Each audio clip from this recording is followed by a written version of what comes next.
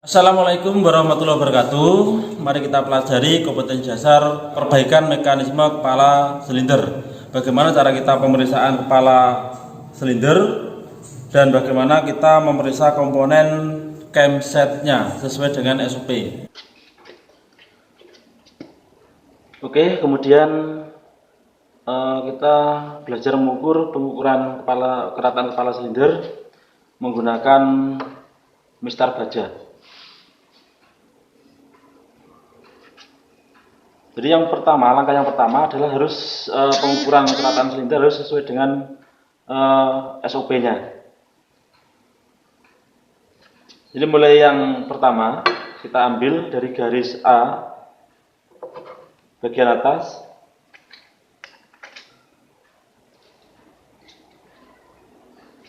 ya kita menggunakan pilar gig dengan ukuran 0,05 mm atau longgaran keratan permukaan kepala silinder.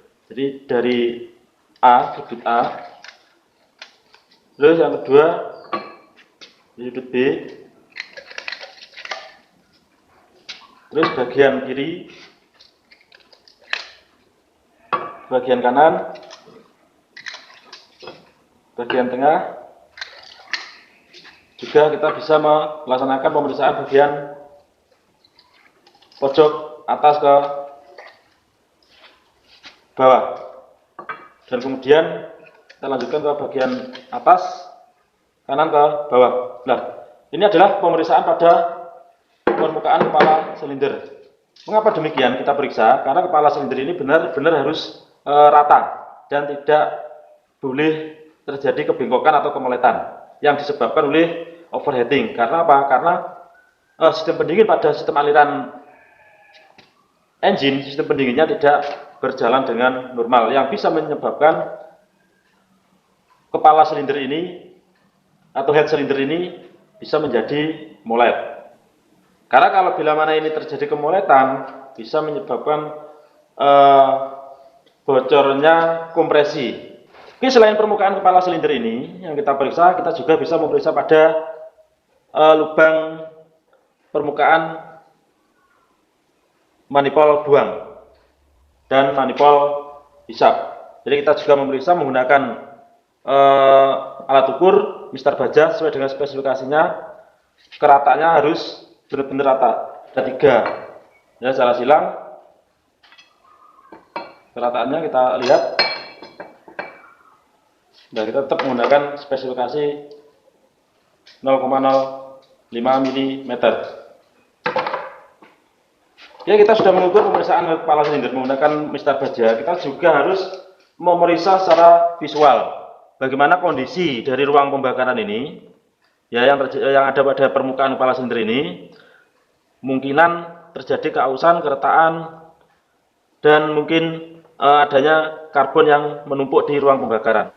Nah, kita beralih komponen kansap, ya, poros nok, atau yang kita sebut noken as dalam bahasa bengkelnya.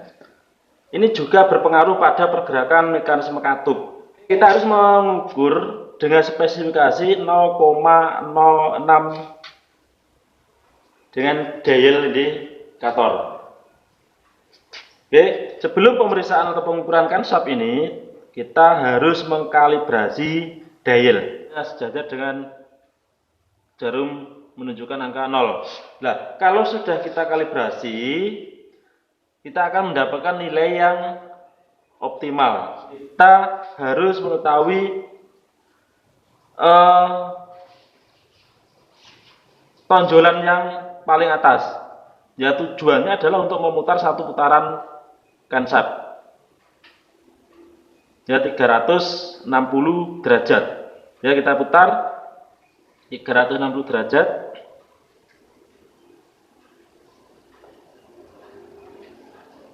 Oke, ini sudah satu putaran.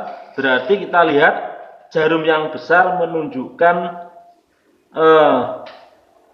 nilai atau angka 0,03, ya, di sini. Oke, kita belajar pemeriksaan pada genset. yaitu yang kita sebut poros no atau yang bahasa bingkilnya adalah noken as. Jadi kita harus menggunakan dial indikator.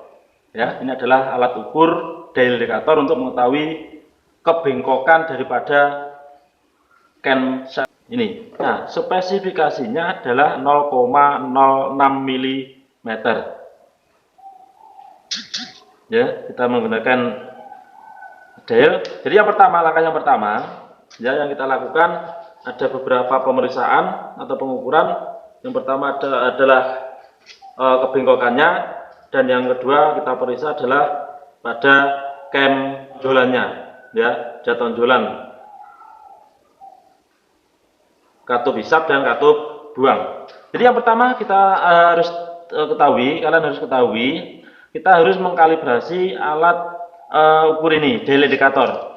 Bagaimana cara kita mengkalibrasi? Kita harus mengetahui jarum yang ada di posisi yang panjang.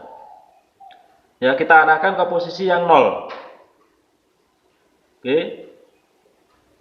Ya, posisi yang 0, jarum yang bagian bawah harus sejajar, jarum yang besar juga harus diposisikan ke arah 0, harus sejajar. Dengan demikian, kalau kita sudah mengkalibrasi, akan menghasilkan nilai yang optimal.